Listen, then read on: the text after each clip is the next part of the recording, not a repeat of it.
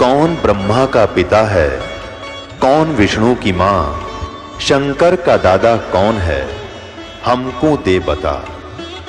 ये जानने के लिए कृपया सुनिए। जगत गुरु तत्वदर्शी संत रामपाल जी महाराज के अमृत वचन सर्व पवित्र धर्मों के पवित्र शास्त्रों के आधार पर।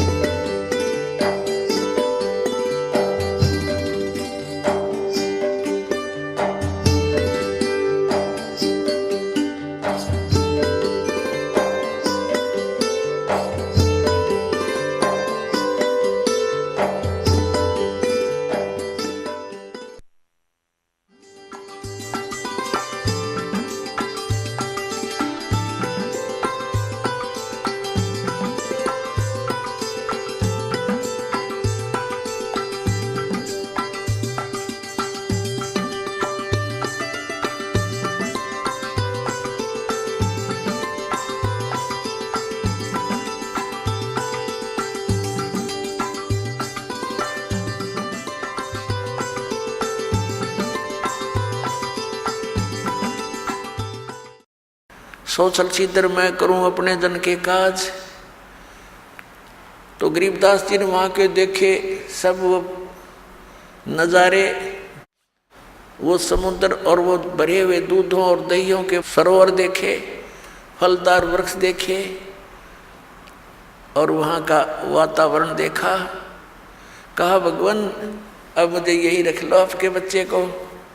वहां के वो सब भक्त जो आत्मा हंस वहाँ पर रहते हैं उनसे मिले। कबीर साहब ने फिर उनको सृष्टि रचना सुनाई।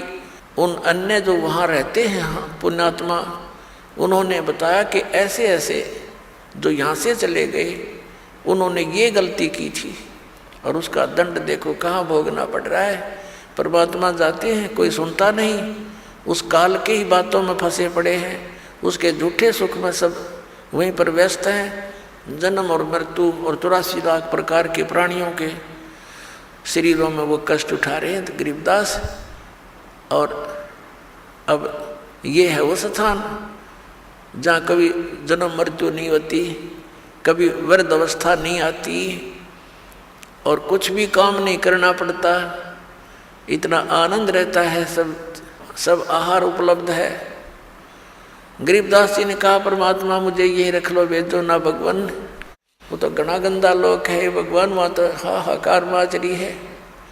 तब परमात्मा ने कहा बेटा तुम यहाँ से जब गए तुम बहुत भक्ति युक्त थे, अब तुम भक्ति रहित हो गए। मैं एक ऐसा मंत्र दूंगा जिसको सतनाम कहते हैं, 2 अक्षर का है, जिसमें एक ओम मंत्र है, एक तत्व गुप्त है। श्रीमद् भगवद गीता अध्याय नंबर 17 के श्लोक 23 में ये मंत्र अर्ध सांकेतिक लिखा है। ओम तो सार्वजनिक है, स्पष्ट है। तत् और सत ये 2 मंत्र गुप्त हैं। ये केवल कबीर परमात्मा ने अपनी उन प्यारी आत्माओं को दिए थे जिनका मोक्ष हुआ। फिर उनको सख्त हिदायत दे दी थी कि अभी इस सतनाम को डिस्क्लोज ना करना, नहीं तो आने वाले समय में ये काल के दूतों का दाव लग जाएगा और मेरे बच्चे भिन्नता पहचान नहीं सकेंगे, क्योंकि इस मंत्र के देने वाला पृथ्वी पर एक ही होता है, दूसरा नहीं हो सकता। या तो परमात्मा आए थे, उसमें वो अकेले ही थे, ना कोई ऐसा साधन था, ना कोई मीडिया थी, ना कोई कन्वेंस था, और फिर भी परमात्मा ने 64 लाख शिष्यों को स्वयं ही नाम दिया, दीक्षा दी थी, अन्य को नहीं दी थी। भले ये मंत्र नहीं दिया था, ये 5 मंत्र जो आपको 7 मंत्र बना कर दिए जाते हैं, तो उसमें केवल ये 5 मंत्र ही देते थे दाता, ताकि पता था उनको कि ये अभी मुझे पहचान नहीं सकेंगे, और यदि इनको किसी को मंत्र ये दान कर भी दिया तो ये डिस्क्लोज हो जाएगा, बात बिगड़ जाएगी। इस दृष्टिकोण से गरीबदास साहब जी से कहा कि आप ये नाम जाप करना, क्योंकि आप पक्के भक्त हो, आपके अंदर श्रद्धा पूरी होगी, आपने स्थान देख लिया, और उस स्थान को देखने के बाद फिर यहाँ रुचि स्वप्न में नहीं हो सकती। इस बात से गरीबदास साहब जी संतुष्ट हुए कि जो आज्ञा प्रभु आपकी है। और कहा ये अभी बताना नहीं। परमात्मा ने अपना सारा ज्ञान उसके अंदर फीड कर दिया गरीबदास साहिब जी की आत्मा में। जैसे एक कंप्यूटर से दूसरे कंप्यूटर में बहुत बड़े ये सत्संग की वीडियो तो कोई घंटों की फैक्स कर दी जाती है और उसमें भी सेव रह जाती है। ऐसे परमात्मा ने वो ज्ञान, तत्व ज्ञान, जो कबीर पंथ में घुसे हुए कबीर पंथी नकली संतों ने, काल के दूतों ने कुछ खराब शराब कर दी थी सच्चिदानंद घन ब्रह्म की वाणी, कबीर वाणी, अपने हिसाब से उनके अनर्थ कर डाले थे। उसकी पूर्ति के लिए आदरणीय गरीबदास साहिब जी के अंदर वो पुनः ज्ञान फीड किया था और फिर उसको सार्वजनिक करवाया था। अपने आत्माओं गरीबदास साहिब जी की वाणी में परमात्मा ने ऐसा मिश्रण करवा दिया कि न तो गरीबदास के पंथ के समझ सके उसको, और उस मिश्रण के बिना वो वाणी सुरक्षित नहीं रह सके थी। कहीं पर तो गरीबदास जी ने राम और कृष्ण की महिमा सुना दी ताकि ये भोली आत्मा राम और कृष्ण पर आरूढ़ हैं, इसी आधार से इस वाणी को सुरक्षित रखें। यदि ये एकली कुनीन डाल देते तो कोई नहीं ग्रहण करता। तो जिस कारण से गरीबदास पंथ के पंथियों ने गरीबदास साहिब जी को विष्णु जी का अवतार मान लिया।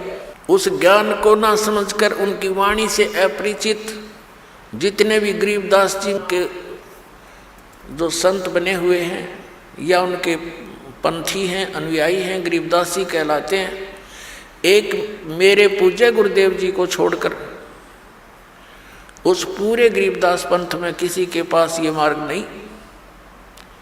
और ये परमात्मा ने एक सुनियोजित तरीके से यहाँ तक पहुँचाया। हमारे जो गरीबदास जी के बाद सीधे जो शिष्य बने उनके शीतलदास जी थे, गांव बराना के अंदर उनका आज भी आश्रम है छोटा सा। उनको गरीबदास जी ने विशेष हिदायत दे दी थी कि ये मंत्र तू जाप कर, केवल एक सुयोग्य शिष्य जिसको मैं संकेत दूंगा उसको बताना। तो गरीबदास जी ने स्वप्न में उनको संकेत दिया और दूसरा उनका जो शिष्य अधिकारी था उसको बताया कि इसको देना और उसको यही बोल देना कि और किसी को नहीं बताएगा। ऐसे ही चलते चलते मेरे पूज्य गुरुदेव जी के पास ये केवल इस गरीबदास पंथ से एक ही कड़ी आई है, ये सत्कर मान लेना।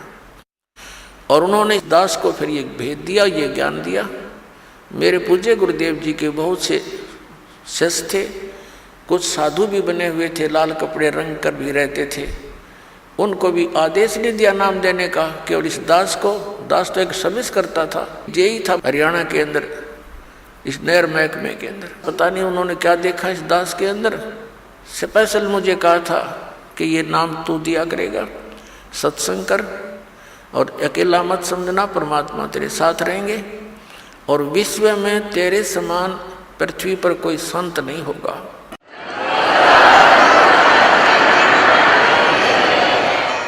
उसमें मेरे पूज्य गुरुदेव जी की आयु लगभग 105 वर्ष की थी और कहते हैं साध वचन पलटे नहीं, चाहे पलट जावा ब्रह्मांड।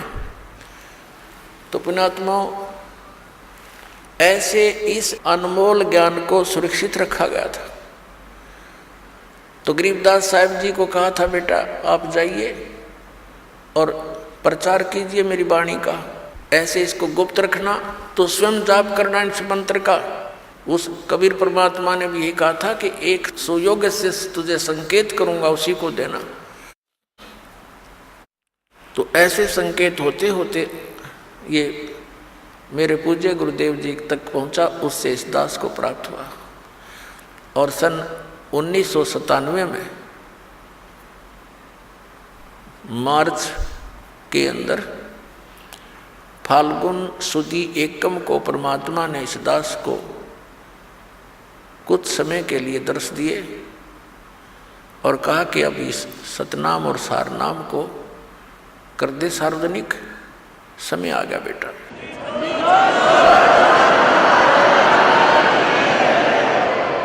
अपनात्मा गरीबदास जी महाराज को परमात्मा ने कहा कि आप जाओ बेटा वापस और इस सतनाम का जाप करना, तुम जल्दी ही भक्ति के धनी बन जाओगे, तुम्हारा जितना भी हानि हुई है इससे वो अक्षति पूर्ति हो जाएगी। फिर उसकी महिमा बताई है परमात्मा ने, जो गरीबदास जी ने परमात्मा कबीर जी से सुने हुए ज्ञान को कैसे बताया है कि सतनाम पालड़ रंग होरी हो, 14 लोक चढ़ावे राम रंग होरी हो, 3 लोक पासंग धर रंग होरी हो, तो ना तुलाया राम रंग होरी हो। सतनाम के एक श्वास की कीमत पुण्यात्माओं कितनी है?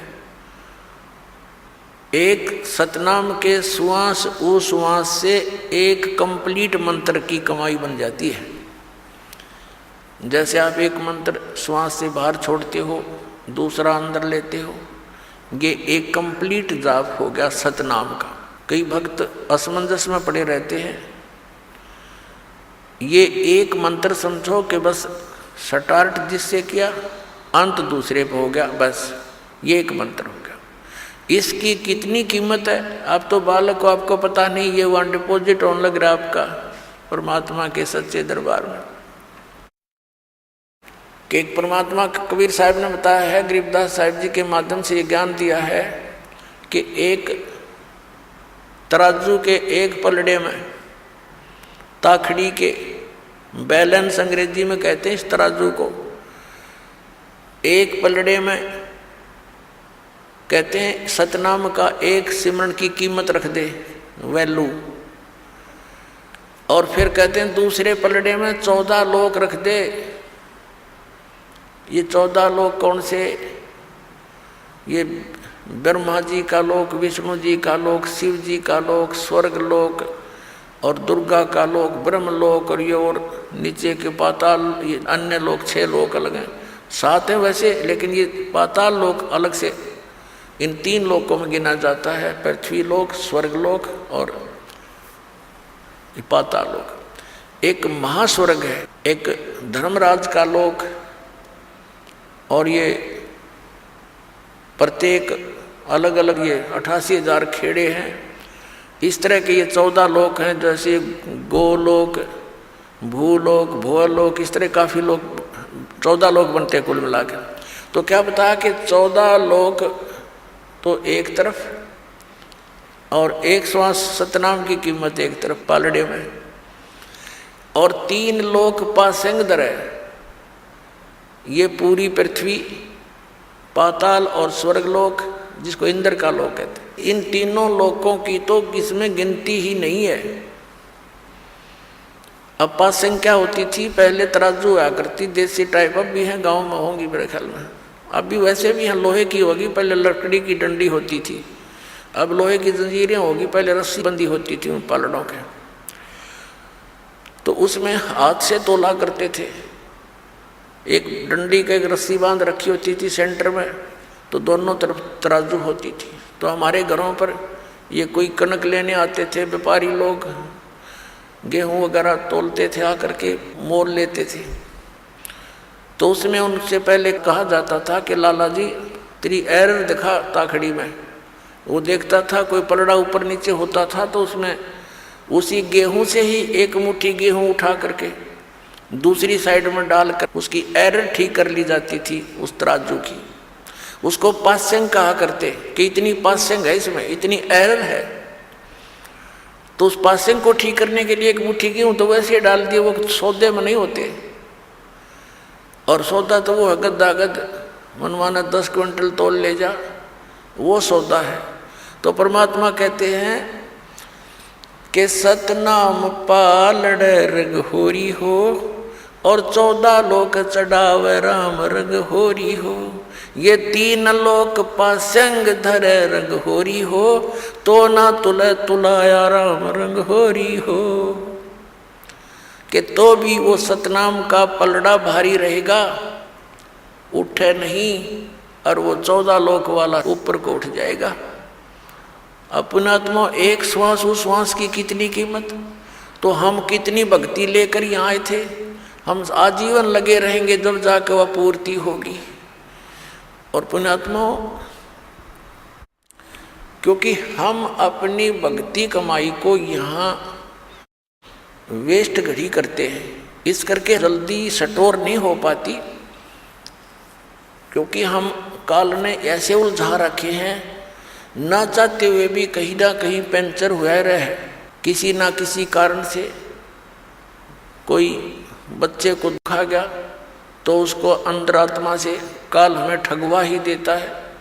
लेकिन उस समय हमने दृढ़ रखना चाहिए कि बच्चे को परमात्मा से जोड़ना चाहिए, और फिर आप रखवाला है ये विश्वास करना चाहिए कि परमात्मा से जो जुड़ गया उसका साथी है वो, उसका बिगड़ कुछ नहीं सकता। लेकिन हमारा दिल कमजोर हो लिया, इतने कष्ट उठा रखे हैं युगों युगों से, जैसे कुत्ते के कोई लठ मार दे और वो बेचारा इतना पीड़ित हो जाता है, बहुत चिल्लाता है। फिर कहीं भी बैठा हो और जरा सा भी कोई शोर हो जा, ऐसे डंडा टाइप का, वहीं बैठा बैठा चिल्लाने लग जाता है, जबकि आसपास भी कष्ट नहीं है उसके। तो हम इतने दुखी हो चुके हैं युगों युगों से, हम इतने भयभीत हैं कि ना जाने के बिजली गिरेगी इस बच्चे पे, क्या हो जाएगा भगवान। तो हम डरते रहते हैं, और हम उस डर के कारण अपनी भक्ति को भी उसमें कुछ ना कुछ डिवाइड कर ही देते हैं। जैसा भी है अब लगे रहो, एक दिन ऐसा आएगा आपका सारी समझ में आ जाएगी, और फिर भगवान उनका रखवाला दिखाई देगा आपको। तो इस प्रकार हम अपनी भक्ति का नाश गणा करते हैं, आशीर्वाद दे देते हैं, किसी के सिर पर हाथ रख दिया, आपके कोई चरण छुए, सिर पर हाथ रख दिया, आपकी गई पूंजी ढेर सारी। क्योंकि जिसके अंदर कुछ है वही तो दे सकेगा। अब पहले ये रिवाज कैसे चलाई थी इस काल में, क्योंकि हमारे दादे परदादे और पिछले देखो पूर्व जन्म के जितने भी हमारे पीढ़ियाँ या महापुरुष हुए, वो बहुत भक्ति युक्त होते थे, उनके वचन फल जाते थे, और वो क्या करते थे, अपने बच्चों को आशीर्वाद देते थे, भगवान करे तेरे न्यू हो जा, भगवान करे तेरे न्यू हो जा, और ऐसे होगा तेरा, तू दूसरे पोता हो, तुझे पुत्र हो। तो ऐसे वो अपनी पूंजी को नष्ट कर देते थे, अपने टायर से, अपने पहिए से, अपनी ट्यूब से दूसरे में हवा भरते रहते थे। अब ना तो उनकी ट्यूब काम की रही, आपने भी कंडम कर दी, दोनों खड़े हो गए। उसकी विधि है कि उसकी हवा भरने के लिए अलग से व्यवस्था है, वो वहीं से हवा भरवाई जाए। समझदार को संकेत ही बहुत होता है। अपने आत्मा गरीबदास साहिब जी को ऊपर ये सब दिखाया दाता ने। उधर से क्या हुआ कि गरीबदास साहिब जी के जो साथी पाली थे, उन्होंने कुछ देर के बाद, घंटे 2-3 घंटों के बाद याद आया कि भाई वो गरीबू कहाँ गया। गरीबदास जी को गांव में गरीबू कहा करते थे, शॉर्टकट में चले हैं गाँवों में, ऐसे नाम हो ही जाते हैं, गरीब को गरीबू कहा करते थे। और गरीबदास साहिब जी छुडानी गांव के भांजे थे, जन्म उनका वहीं छुडानी में ही हुआ था। उनके नाना जी के कोई पुत्र नहीं था, यानी गरीबदास जी के मामा नहीं थे, जिस कारण से आदरणीय गरीबदास साहिब जी के पूज्य पिताजी को वहाँ पर घर जमाई रखा हुआ था। तो इस तरह थोड़ी सी बैकग्राउंड से आपको बतानी आवश्यक है। तो वहाँ ही उनका जन्म हुआ था। तो पालियों ने देखा रहे वो लड़की का लड़का कहाँ है, वो अपनी गऊओं के पास क्यों नहीं खड़ा है। काफ़ी 2-3 घंटों के बाद उनका ध्यान में आया, मालिक की मेहर थी। उनमें से एक आया कि देखो बाबा जी चला गया होगा। उसने आकर देखा गरीबदास जी के शरीर ऐसे बैठा है, दूर से आवाज़ लगाई, गरीबू उठ ले भाई, गायें घेरने की बारी आ गई तेरी, खड़ा हो। अब निकट आकर उसने कहा भगत जी खड़ा हो ले, समाधि लगा कर बैठ गया। निकट आकर उसको पकड़ के ला रहे, खड़ा हो भगत। अब वो गिर गए से, उसमें था नहीं आत्मा। अब एकदम वो बच्चे अचंभित हुए, वो बड़े बड़े पाली ग्वाले वो आगे शोर मचाया, हाय मर गया मर गया, जादू जंतर का दूध पी लिया, बाबा जी ने जंतर मंत्र कर दिया है, और ये तो लड़की का लड़का मर गया, इकलौता पुत्र, उसमें दूसरा पुत्र था नहीं। अपने आत्मा भगदड़ मच की, 2-3 ग्वाले भाग कर आए गाँव में, 1.5 किलोमीटर की दूरी पर खेतों से गांव था छुड़ानी। तो वहाँ पता लगते ही सारे गांव के अंदर हाहाकार मच गई। छोटा सा गांव था, 30-40 घर थे, और माता पिता इस दुख को सहन नहीं कर सके, वो अचेत हो गए। 12 वर्ष वहाँ रहने के बाद संतान प्राप्ति हुई थी, और वो भी मृत्यु को प्राप्त हो गया। ये सुनकर वो एकदम अचेत हो गए। अब भाग लिए सभी नंगे पैरों, जहाँ वो खेतों में बताया था वहाँ ऐसा हुआ, सब कहानी बता दी गई। अब वहाँ जा कर के देखा बच्चा सचमुच मरा हुआ है, उनको उठाया, गांव में लाए, फिर अपने जो कुल के लोग इकट्ठे हुए, उसको उठाकर शमशान घाट पर चिता पर रख दिया, अंतिम संस्कार करने की तैयारी कर दी। अग्नि लगाने वाले ही थे, तभी परमात्मा ने उस आत्मा को बॉडी में भेज दिया, शरीर में वापस कर दिया।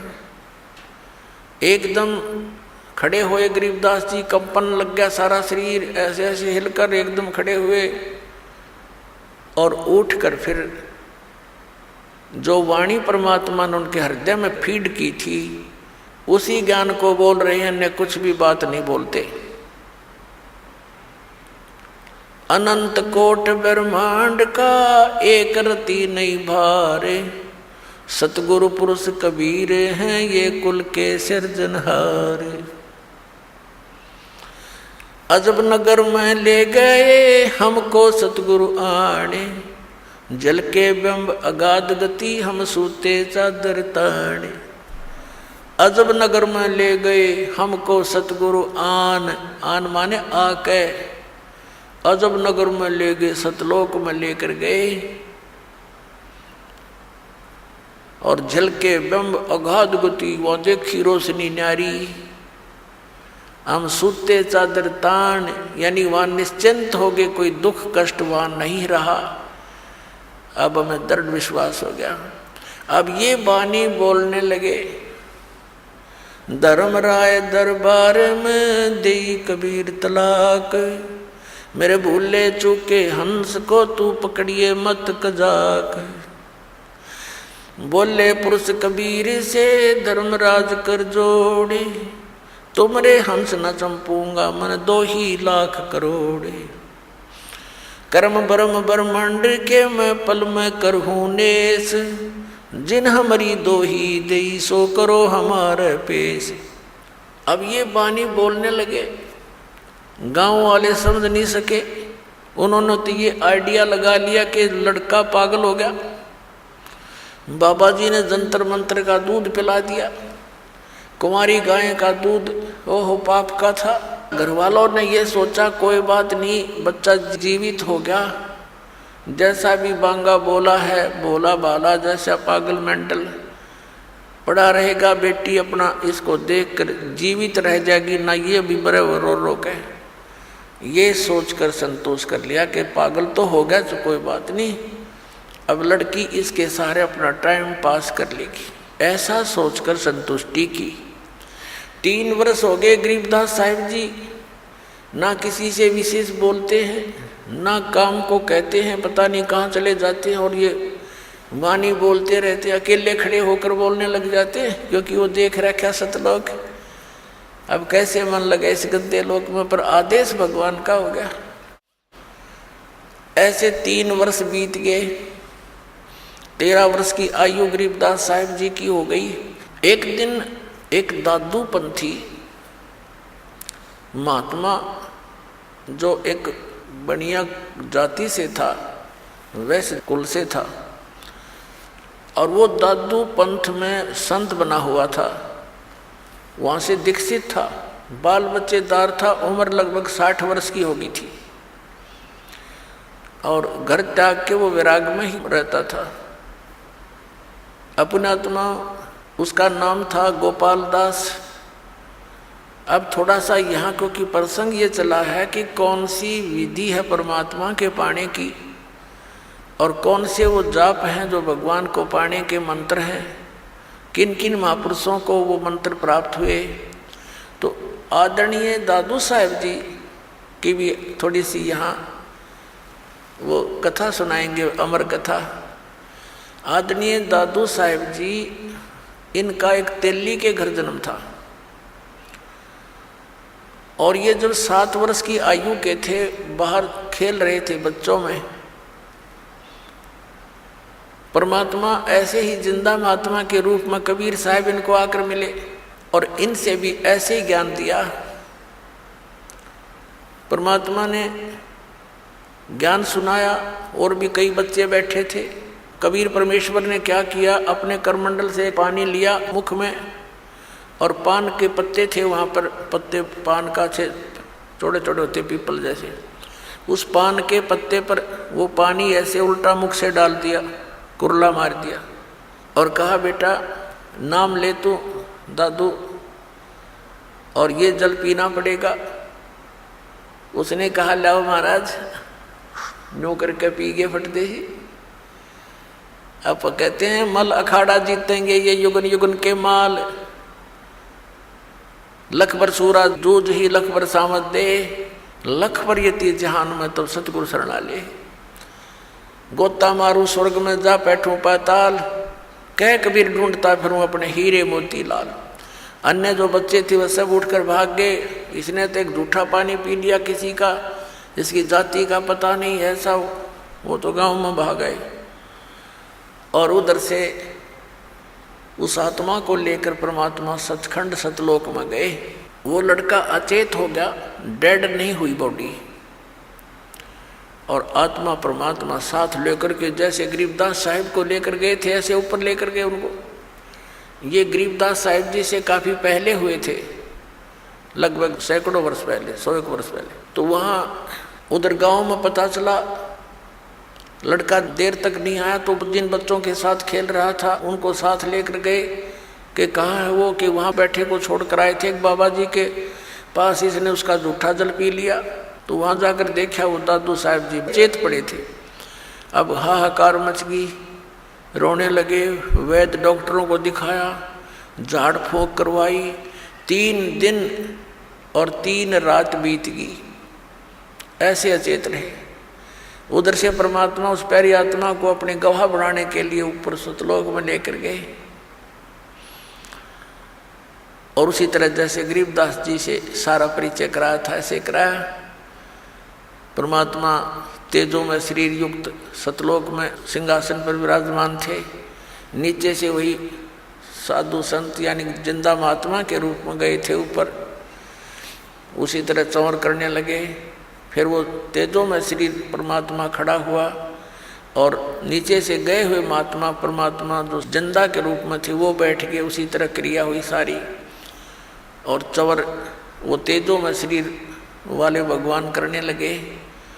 दादू जी को यही शंका आई कि भगवान तो ये दिखा था जो तेजों में शरीर वाला है, और ये बाबा जी बैठ गया सिंहासन पर, समझ में नहीं आई ये क्या चक्कर है।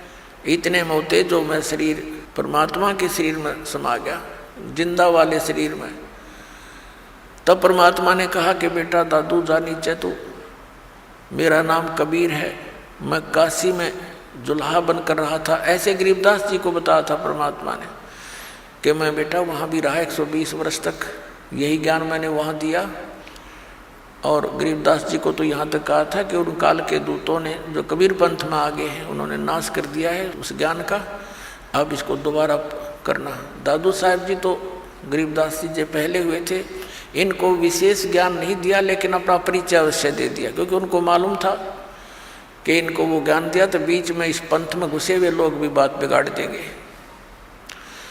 तो कहने का भाव ये है कि दादू साहब जी को सब परिचय देकर के वहाँ पे छोड़ दिया। तीसरे दिन जब बच्चा होश में आया तो खुशी की लहर दौड़ गई। और दादू साहेब जी उस कबीर परमेश्वर की महिमा का गुणगान करने लगे।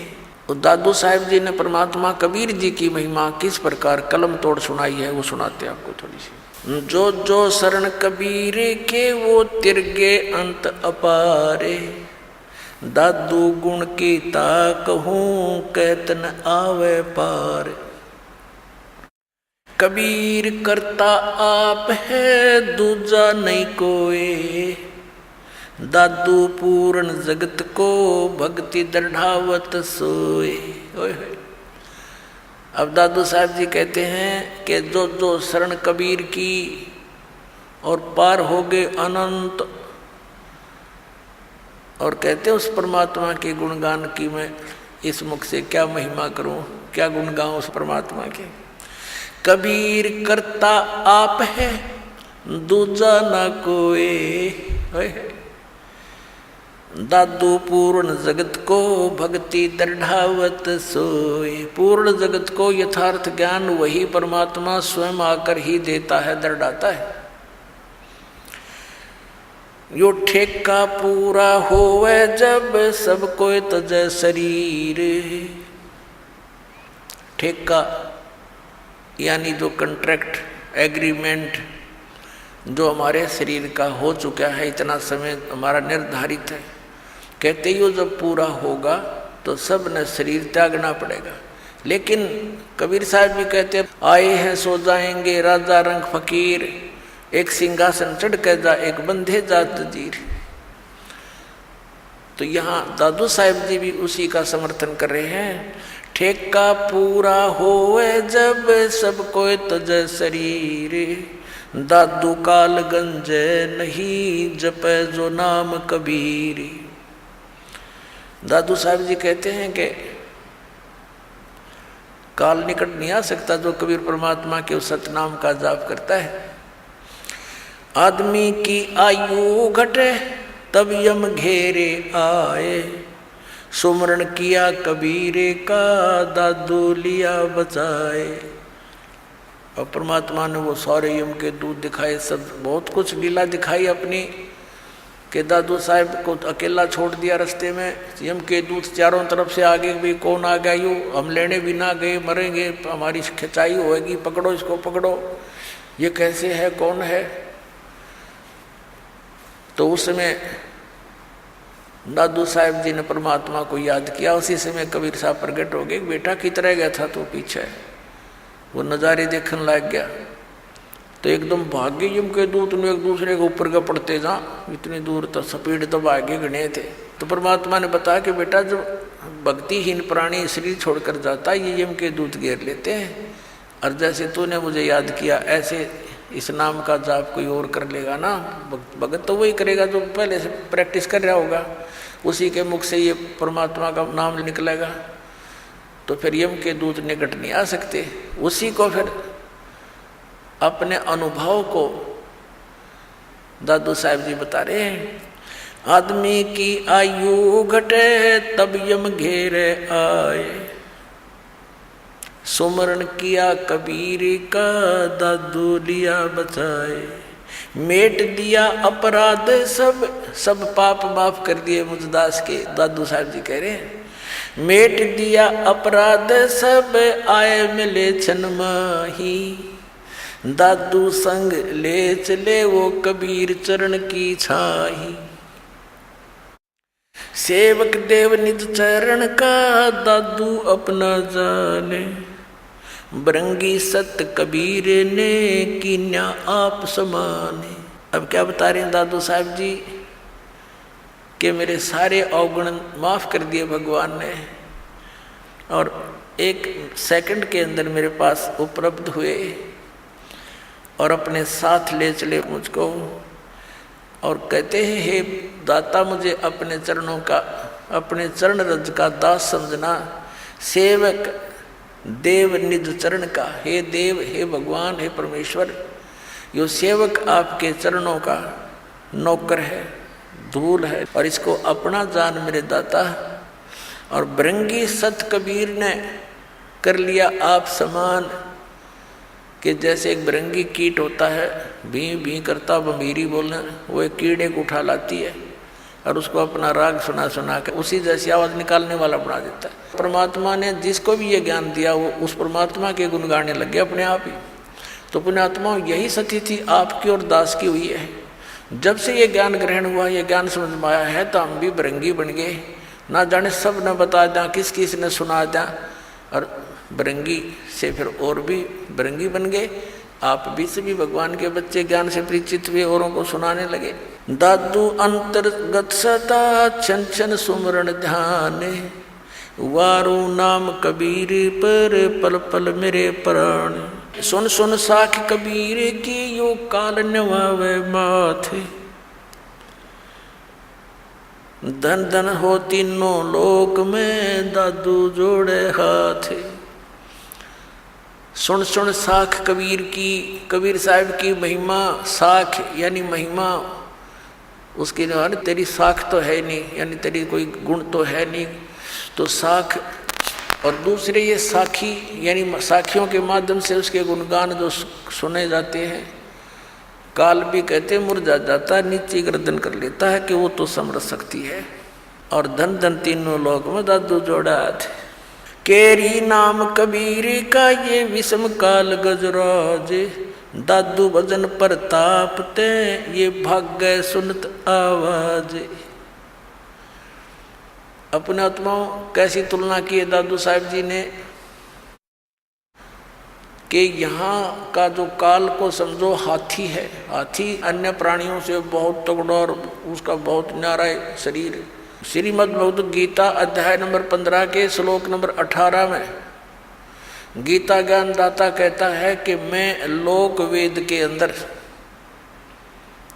कहे सुने ज्ञान के आधार से मैं पुरुषोत्तम प्रसिद्ध हूँ, क्योंकि जो प्राणी मेरे अंतर्गत हैं उनसे मैं उत्तम हूँ, श्रेष्ठ हूँ, उच्च हूँ, तगड़ा हूँ।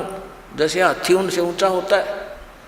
लेकिन गीता ज्ञानदाता ने ये भी स्पष्ट कर दिया है गीता अध्याय नंबर 15 के श्लोक 16 और 17 में कि सरपुरुष और अक्षर पुरुष ये दो पुरुष हैं, दो प्रभु हैं।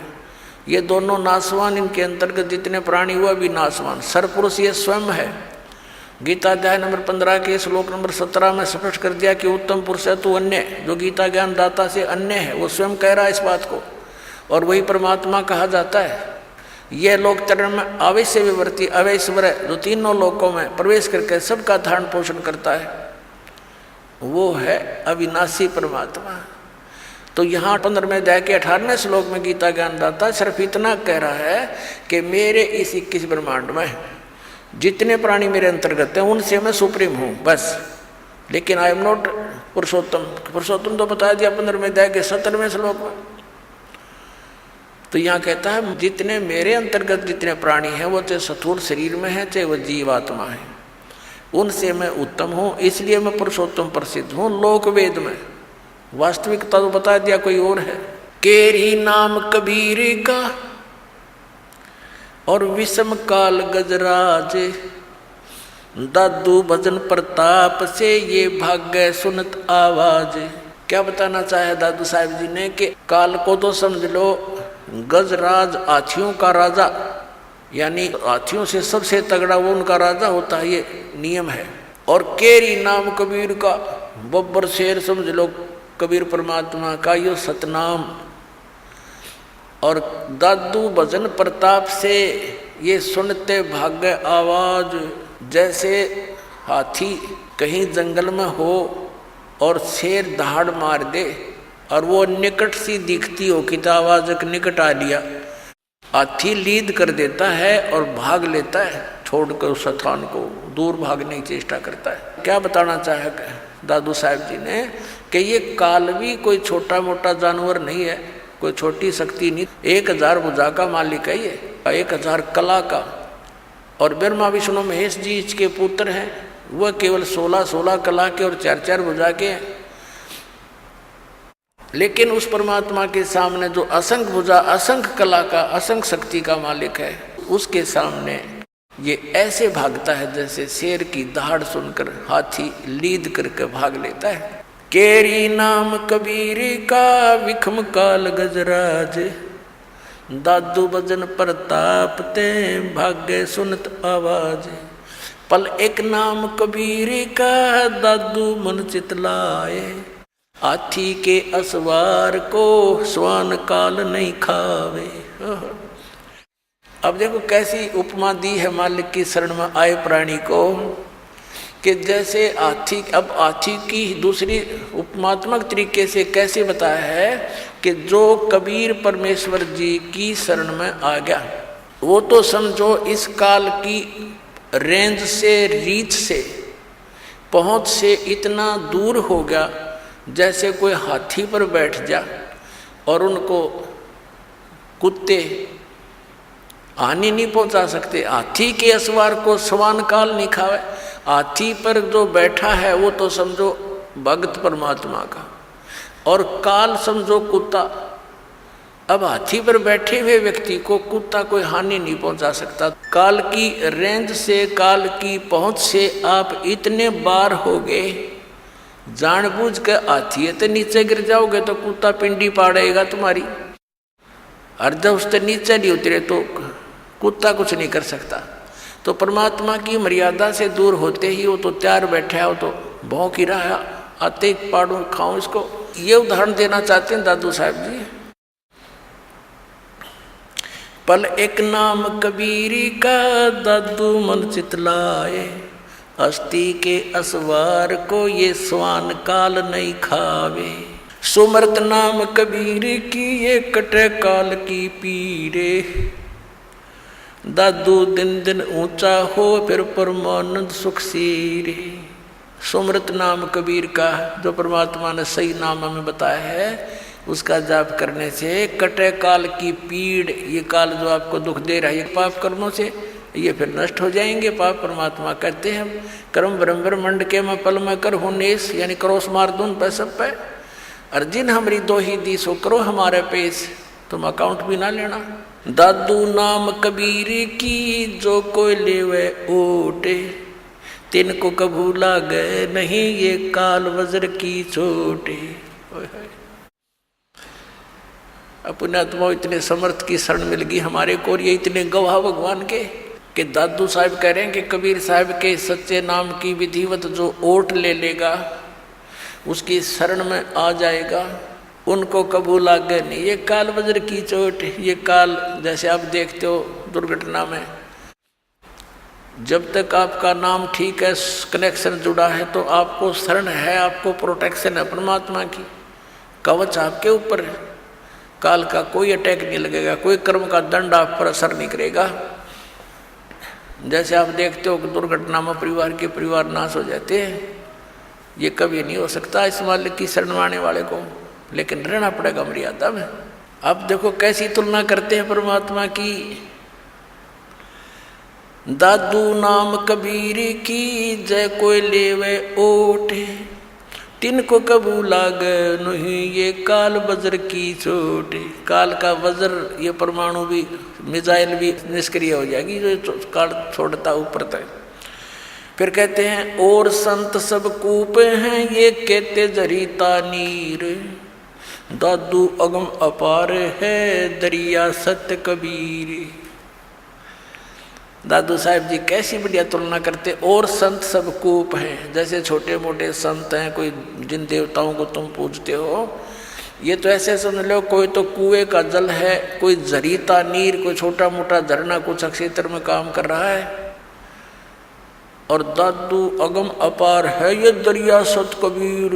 परमात्मा को तो दरिया जानो, और दरियाओं में भी उत्तम जल वाली दरिया, वो कभी उसका जल समाप्त ही नहीं होता। और अन्य जो छोटे मोटे चमत्कार अन्य भी बता देते हैं, वहाँ से मुझे ये लाभ हो गया, वहाँ से ये लाभ हो गया। कहते और संत सब कूप हैं, कुएं हैं, वो केवल जल ही ग्रहण करा सकते हैं, सिंचाई में काम नहीं दे सकते। फिर पानी से काम चले, खेती भी करनी पड़ेगी, उसकी भी आवश्यकता पूर्ति हो, तभी जीवन पूरा सफल हो। तो यहाँ कहते हैं और संत सब कूप हैं, कहते जरीता नीर, झरने से हैं, छोटे मोटे काम चला रहे हैं। और दादू अगम अपार है ये दरिया सत कबीर, यानी यहाँ भी आपने सुखी रखेगा जैसा यहाँ का सुख है, और फिर सतलोक लेके जाएगा, सारे काम सारेगा।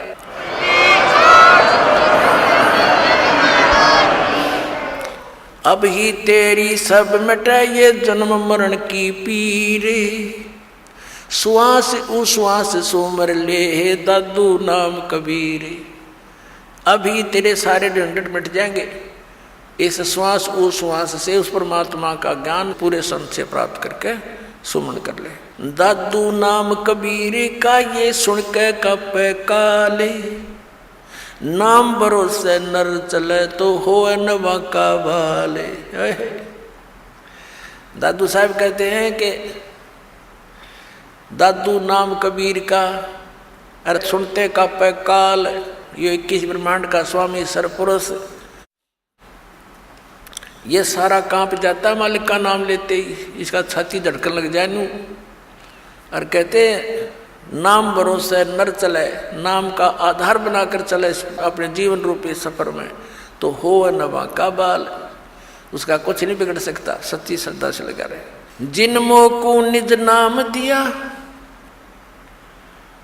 सोए सतगुरु हमारे, दादू दूसरा कोई नहीं कबीर सिरजनहारे। वही तोड़ पाट दिया कि जिनमो को निज नाम दिया, निज असली मंत्र जो सतनाम जो मुझे दिया मेरा वो ही सतगुरु है, और नकली सतगुरु थे सारे। और कहते दादू दूसरा कोई नहीं केवल कबीर सृजनहार, वो कबीर परमात्मा सृजनहार अपना आत्मा। अब वो दादू पंथी गोपाल दास जी उस छुडानी गांव में किसी अपने सेवक के घर पर आकर रुक गया। उस सेवक ने कहा महाराज जी हमारे एक लड़की का लड़का ऐसे ऐसे किसी साधु के जंतर मंत्र के दूध पिलाने मेंटल हो गया, और कहते हैं साधु की विद्या को साधु ही काट सकता है, कुछ दया करो। गोपाल दास जी ने कहा कि बुला उस बालक को, देख लेता हूँ।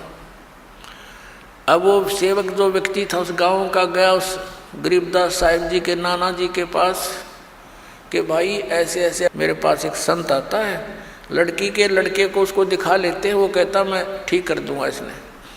तो 5-7 गांव के मौज जो होते हैं कुल के लोग, वो और उसका नाना जी और गरीबदास 13 वर्ष के बालक को ले गए। दादू पंथी वो गोपाल दास जी ने पूछा, गरीबदास जी से पूछा कि बेटा वो कौन था जिसने तुझे बर्बाद कर दिया, उसका क्या नाम था। अब गरीबदास जी ने कहा कि मुझे बर्बाद नहीं किया, मुझे आबाद कर दिया महात्मा जी। हम सुल्तानी नानक तारे दादू को उपदेश दिया, जात जुलाहा वेद न पाया वो काशी मोय कबीर होया। जब ये वाणी बोली उसकी छाती में मारा पहला वचन कि मैं हम यानी हम सभी को पार कर दिया। किस किस को? हम सुल्तानी नानक तारे दादू को उपदेश दिया। वही परमात्मा उन पुण्यात्माओं को, आदरणीय नानक साहिब जी को, आदरणीय दादू साहिब जी को, आदरणीय मुल्कदास साहिब जी को, आदरणीय धर्मदास साहिब जी को, आदरणीय गरीबदास साहिब जी को, आदरणीय गीसादास साहिब जी को मिले थे। तो यहाँ कह रहे हैं हम सुल्तानी नानक तारे, अब्राहिम सुल्तान अधम को बुलक बुखारे में वही परमात्मा आए थे, उसको 100 लीलाएं करके उसको नरक से निकाला था। हम तो इस माया ने सब कुछ मान बैठे राज और पाठ को, और परमात्मा ने ये विष बताया आपके लिए, जो भक्ति ना करता उनके लिए। तो क्या बताया? हम सुल्तानी नानक तारे दादू को उपदेश दिया, और जात जुलाहा भेद नहीं पाया, काशी माए कबीर होया। अजब नगर में ले गया हमको सतगुरु आन, और जल के बिंब अगाध गति हम सुते चादर तान। अलल पंख अनुराग है सुन मंडल रह थीर, दास गरीब उधार दिया मुझे सतगुरु मिले कबीर। अलल पंख अनुराग है, मेरा तो जैसे अलल पक्षी का अपने माता पिता में ध्यान रहता है, ऐसे अब तो मेरा तो उस मालिक में श्रद्धा लगी हुई है, मेरा वहाँ ध्यान रहता है। और मुझे सतगुरु कबीर साहब मिले, वो ऊपर रहता है सतलोक में, सचखंड में रहता है। आंखों देखा बताया गरीबदास साहब जी ने, यही दादू साहब ने बताया। अब वो बाबा जी तक कहने लगा, रहा गाँव वालों ये बावला को ना बावले तो तुम हो गए, ये तो अमृतवाणी बोल रहा है, निज स्थान के निज वचन बोल रहा है सत परमात्मा की अमर वचन। उस 60 साल के महात्मा ने 13 साल के बच्चे के आगे हाथ जोड़ के कहा कि महाराज यह वाणी लिखवा दो, कलयुग में काम आवेगी। गरीबदास जी उठ के चल पड़े और वो महात्मा पीछे पीछे। वो तो परिचित थे कि वे संत परमात्मा ना जाने किस पे कृपा कर दे और के अमृत ज्ञान दे दे। उसके पीछे पीछे महाराज लिखवा दो। तीसरे दिन गरीबदास जी ने कहा कि यदि पूरा लिखे गोपाल दास बीच में छोड़ कर ना भागना। अगर नहीं जी मैं कति फरी हो रहा हूँ गाँव से, घर से, बाल बच्चों का विवाह हो लिया, 60-61 साल की उम्र मेरी होगी और जब तक से सारी उम्र लिखवा दो जाता साथ रहूँगा। उनके ऊपर गरीबदास साहिब जी का अपना ही एक जंडी का पेड़ था, एक बेरी का बाग था। उसके अंदर एक जंडी का घनी छाया वाला वृक्ष था, उसके नीचे बैठ कर लागे लेखन गर्मियों से स्टार्ट किया था। फिर जैसे जैसे समय आता रहा 6 महीने तक लिखते रहे। गरीबदास साहब जी बोल रहे थे और दादूपंथी गोपाल दास लिख रहा था। वो अमृतवाणी, वो अमर इतिहास, वो सूक्ष्म वेद का स्वच्छ रूप गरीबदास साहब जी के माध्यम से कबीर परमात्मा ने वो फिर से प्रकट करवाया, जो दास आपको सुनाता है। बोलो सतगुरुदेव।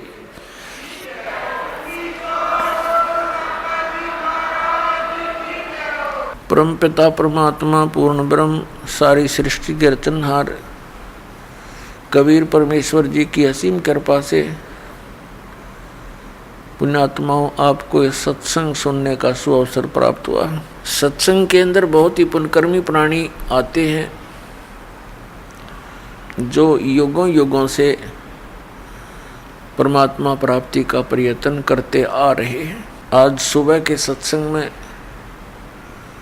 आप जी सुन रहे थे कि साधुओं से ती मस्करी और चोरों नाल खुशहाल ये मल अखाड़ा जीतेंगे, युगों युगों के माल। इस परमात्मा प्राप्ति वाले अखाड़े में अर्थात इस प्ले ग्राउंड में, खेल के मैदान में वही विजयी होंगे जो पिछले जन्म जन्मांतर से परमात्मा की एक्सरसाइज करते हुए आ रहे हैं और भक्ति धन संग्रहित करके उनके अंदर परमात्मा की आस्था शेष है। परमात्मा प्राप्ति के लिए हमें किस आधार की आवश्यकता है? उसके लिए सबसे पहले ये विश्वास होना चाहिए कि जो साधना हम कर रहे हैं ये मोक्ष प्राप्ति की है। पुण्यात्माओं, परमात्मा ने स्वयं आकर ज्ञान दिया है कि जग सारा रोगिया रे, जिन सतगुरु वैद न जाण्या, जग सारा रोगिया रे। भाई जन्म मरण का रोग लगा है, तृष्णा बडरी खांसी। जन्म मरण का रोग लगा है, तृष्णा बडरी खांसी। आवागमन की डोर गले में, पड़ी काल की फांसी। जग सारा रोगिया रे, जिन सतगुरु वैद न जाण्या, जग सारा रोगिया रे। जग सारा रोगिया रे, जिन सतगुरु वैद न जाण्या, जग सारा रोगिया रे। भाई देखा देखी गुरु शिष्य बन गे, किया न तत्व विचारा।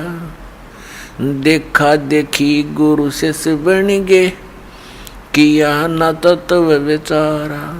गुरु शिष्य दोनों के सिर पे यू काल ठोके पंजारा।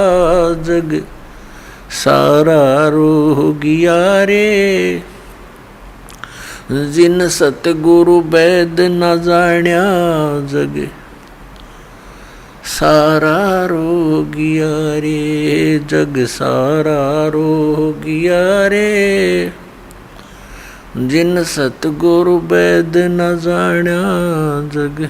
भाई जन्म मरण का रोग लगा है या तृष्णा बडरी खांसी। जन्म मरण का रोग लगा है या तृष्णा बडरी खांसी। आवागमन की डोर गले में या पड़ी काल की फांसी। जग सारा रोगिया रे, जिन सतगुरु वैद न जाना जग सारा रोगिया रे। भाई सच्चा सतगुरु कोई ना पूजे, इन झूठों जगपति आसी। सच्चा सतगुरु कोई ना पूजे, इन झूठों जगपति आसी। अंधे की बाँ गही अंधे ने, ये मार्ग कौन बतासी। जग सारा रोगिया रे, जिन सतगुरु वैद न जाना जग सारा रोगिया रे। जग सारा रोगिया रे, जिन सतगुरु वैद न जाना जग सारा रोगिया रे। भाई सार शब्द सर जीवन बूटी, गैस गैस अंग लगावे। सार शब्द सर जीवन बूटी, गैस गैस अंग लगावे। कहें कबीर तुम सत कर मानो, ये जन्म मरण मिट जावे। जग सारा रोगिया रे, जिन सतगुरु वैद न जाना जग सारा रोगिया रे। जग सारा रोगिया रे, जिन सतगुरु वैद न जाना जग सारा रोगिया रे। सार शब्द सर जीवन बूटी, गैस गैस अंग लगावे। सार शब्द सर जीवन बूटी, गैस गैस अंग लगावे। कहे कबीर तुम सत कर मानो, ये जन्म मरण मिट जावे। जग सारा रोगिया रे, जिन सतगुरु वैद न जाना जग सारा रोगिया रे। अब परमात्मा ने कहा कि ये पूरा विश्व रोगी है। कौन से रोग से ग्रस्त है ये? जन्म और मृत्यु के रोग से। और जब तक जन्म और मृत्यु का ये रोग नाश नहीं होगा, तब तक आत्मा स्वस्थ नहीं हो सकती, तब तक परम शांति नहीं हो सकती। तो पुण्यात्मा परमात्मा के पाने के लिए हमें एक विशेष विवेक की आवश्यकता पड़ेगी। उसके अंदर हमें सबसे पहले कौन सी वस्तु को आधार मानना पड़ेगा? हमने परमात्मा के पाने के लिए उस साधना को आधार मानना पड़ेगा जिस साधना को करके जिन महापुरुषों को हम अमर मानते हैं, कि जो संत जो महापुरुष मुक्त हुए हैं उन्होंने कौन सी साधनाएं की, कौन सी भक्ति की और उन्होंने कौन परमात्मा बताया। फिर तो सब संशय खत्म हो जाती है, बात ही समाप्त हो जाती है। हमारे अंदर जो शंकाएं थी वो नष्ट हो जाएंगी। उसके साथ साथ फिर उनका कुछ संकेत, कुछ विवरण, जैसा कि हमारे सद्ग्रंथों में विद्यमान है, तो भी हम उसको समर्थन मानेंगे।